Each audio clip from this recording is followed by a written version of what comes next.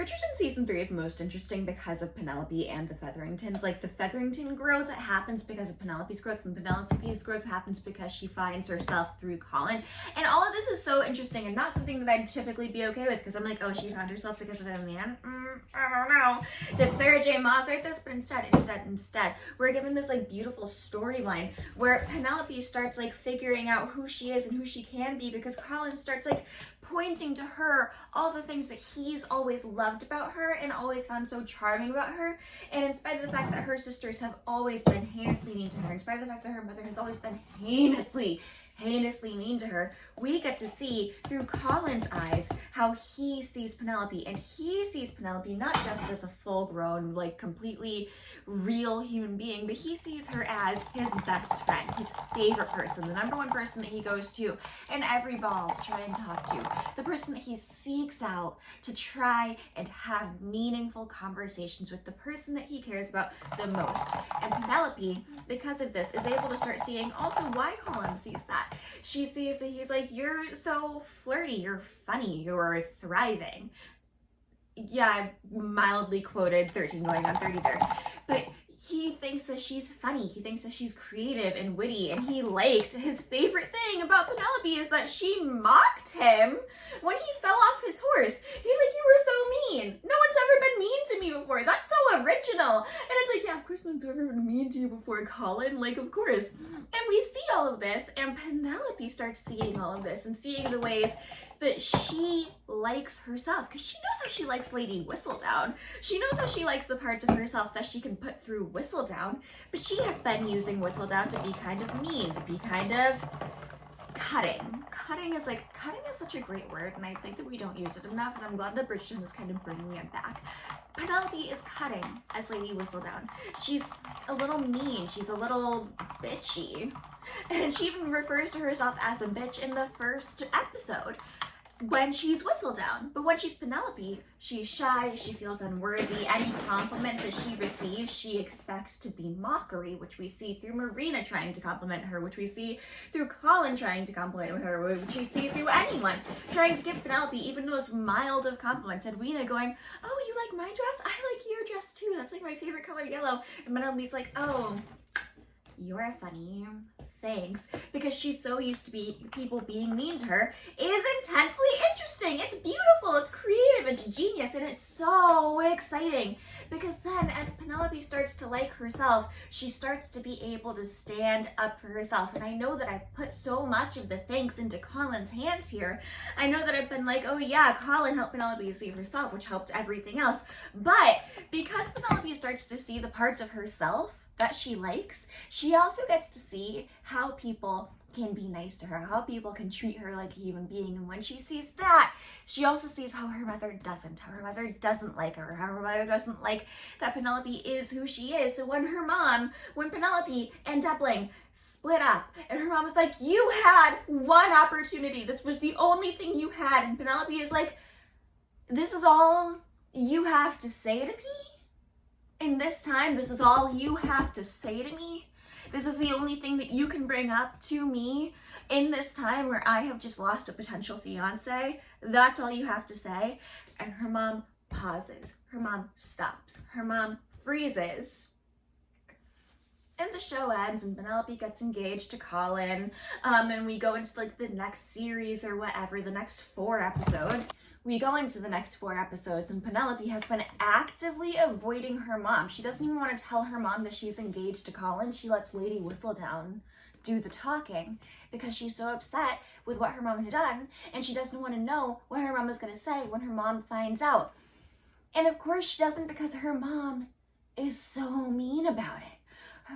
Portia Featherington literally goes out of her way to be as mean as possible to Penelope at that time, because that's what she thinks love is. She thinks she's protecting her daughter. She thinks that the only way to protect her daughter is to be just dead on, straight up, blunt. And it's not, because it's always made Penelope basically feel like she has to be shy and hide in herself and not let anyone say anything that can ever be nice to her, basically. But also, Portia ends up being wrong. So then, after, like, Penelope has already stood up to her mom few days before, Penelope stood up to her mom, right? And then Colin stands up for Penelope. And because Colin stands up for Penelope, and it's like, this is a love match, I do love her, this is going to be my wife, you're besmirching not only my name, but her name, because we're both gonna be Bridgertons, Portia. We're both gonna be Bridgertons. Are you really gonna besmirch our name, Portia? Like, obviously he doesn't say Portia because that would be like so inappropriate at the time.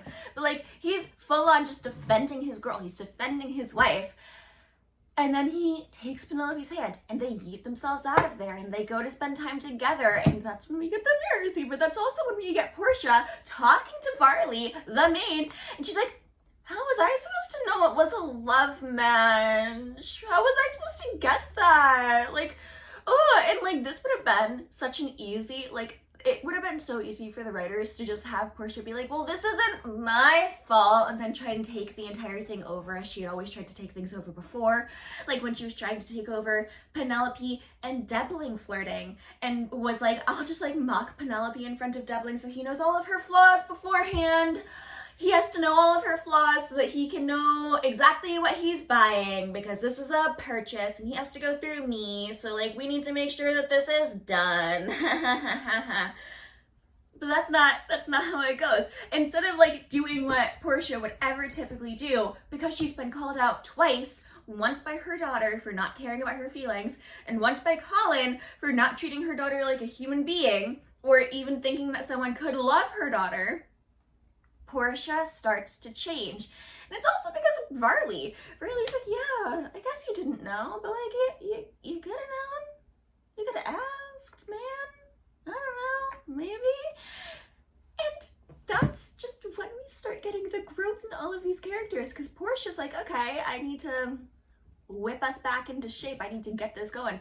So Prudence and Philippa are starting to mock Penelope for her marriage or whatever, and how Colin will have to deal with all of her books.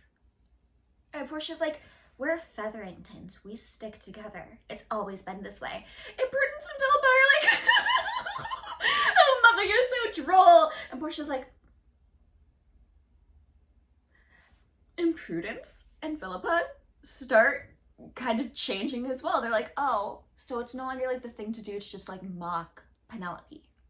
We're no longer just supposed to mock Penelope's existence continuously. We have to change. Ooh, I don't know how to do that, but I'll figure it out. And Prudence starts getting sad. She's like really sad because she's no longer mommy's favorite and she's no longer getting attention. But the sadness is working for her because she starts seeing A, that her husband loves her and is obsessed with her and is totally crazy about her, and B, that she has to start being nice if she's going to get her mommy's attention. And then she starts actually seeming to like being nice. But the part that excites me most about this and about the growth and about everything that goes into this is the fact that this season started with Penelope deciding that she had to get married. She had to get married, not because she wanted a husband, not because she wanted someone to spend the rest of her days with. She had to get married so that she wouldn't be under the thumb of one of her sisters, either the stupidest person she's ever met or the meanest person she's ever met. And by the end of the season, they're no longer the stupidest person she's ever met or the most insipidly mean person she's ever met. Instead, Philippa is called a genius by Prudence for the bugs. Varley, the bugs! Release the bugs! Which is just like, you know, delightful and perfect and wonderful and amazing. And they were butterflies! And Prudence is nice and calls Philippa a genius and means it and compliments Penelope on her wedding day. And Penelope's like, Mom's gone, you can say what you mean. And Prudence is like, that is what I mean.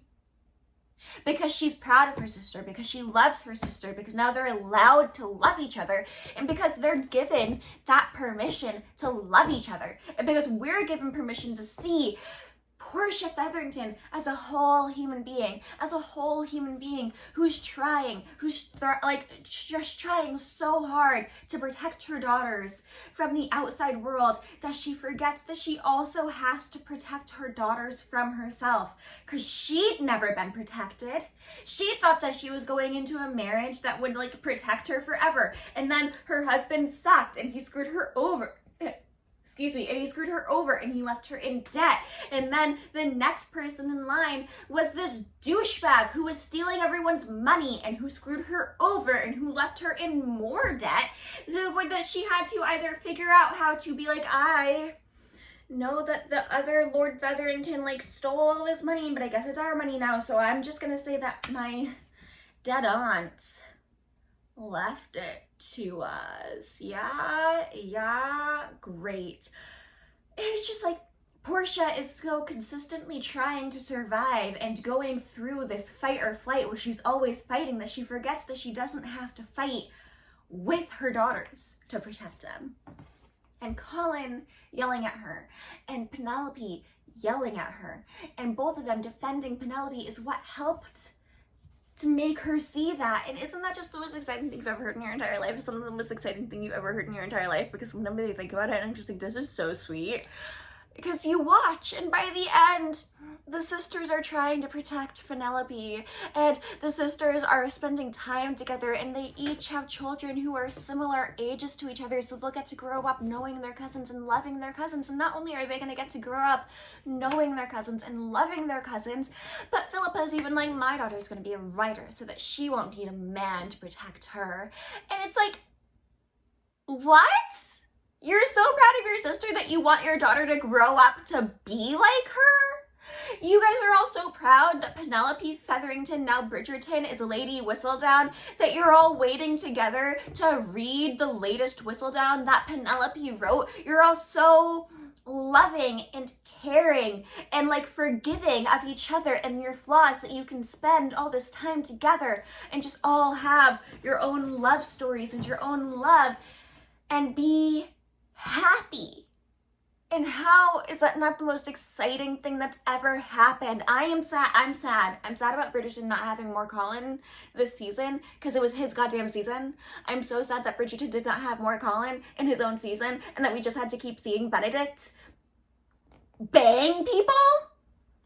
Like, someone in my TikTok commented, I can't believe that they really decided that the number one thing we needed to see was two men with no lips making out continuously, because I can't believe that either. They really thought that the number one thing we wanted to see was two men with no mouths just like going at it, when, whoa, no, what I wanted to see was Colin undressing Penelope and being like, you're the hottest thing I've ever seen in my life. You're so gorgeous. You're so perfect. I don't care that you're Whistledown. I'm really jealous of you being Whistledown, but like, that's just like the normal kind of jealousy that everyone has for someone else's success, and I just want you to succeed. I want you to succeed so I can keep being jealous of you and proud of you, bitch. You're my girl. You're my woman. That's what I wanted to see. That's what I wanted. And like, did we get enough of that? No. But did Colin have some really good speeches about being in love with Penelope? Yes. And did Colin save the Featheringtons from hating each other for the rest of forever? Yes. And am I putting so much of that on Colin's shoulders? Yes. But was a lot of it also Portia being called out twice and going, oh, am I the problem? And actually going, I am the problem. I must fix this. I must be a better mother. And how is that not the most exciting thing you've ever heard? Okay, bye.